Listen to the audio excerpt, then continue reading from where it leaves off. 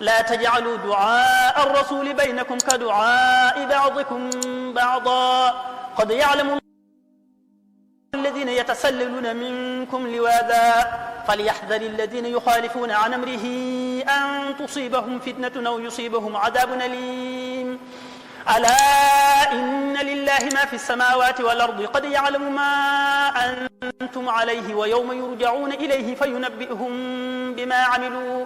والله بكل شيء عليم. بسم الله الرحمن الرحيم. تبارك الذي نزل الفرقان على عبده ليكون للعالمين نذيرا الذي له ملك السماوات والأرض ولم يتخذ ولدا ولم يكن له شريك في الملك وخلق كل شيء فقدره تقديرا واتخذوا من دونه آلهة لا يخلقون شيئا وهم يخلقون ولا يملكون لأنفسهم ضرا ولا نفعا ولا يملكون موتا ولا حياة ولا نشورا وقال الذين كفروا إن هذا إلا إفك افتراه وآخرون فقد جاءوا ظلما وزورا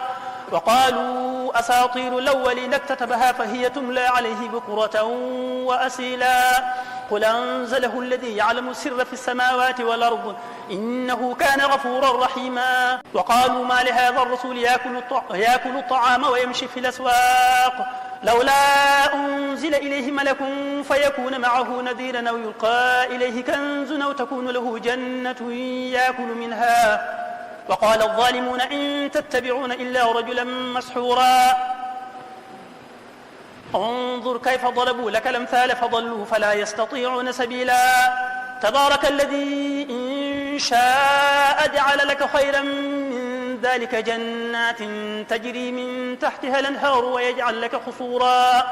بل كذبوا بالساعة وأعتدنا لمن كذب بالساعة سعيرا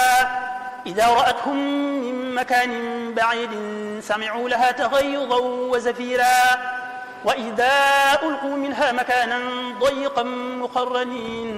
مقرنين دعوا هنالك ثبورا لا تدعوا اليوم ثبورا واحدا وادعوا ثبورا كثيرا قل ذلك خير أم جنة الخلد التي وعد المتقون كانت لهم جزاء ومصيرا لهم فيها ما يشاءون خالدين كان على ربك وعدا مسؤولا ويوم نحشرهم وما يعبدون من دون الله فيقول أنتم أضللتم عبادي هؤلاء أم هم ضلوا السبيل قالوا سبحانك ما كان ينبغي لنا أن نتخذ من دونك من أولياء ولكن متعتهم وآباءهم حتى نسوا الذكر وكانوا قوما بورا فقد كذبوكم بما تقولون فما يستطيعون صرفا ولا نصرا ومن يظلم منكم نذقه عذابا كبيرا وما أرسلنا قبلك من المرسلين إلا إنهم ليأكلون الطعام ويمشون في الأسواق وجعلنا بعضكم لبعض فتنة تصبرون وكان ربك بصيرا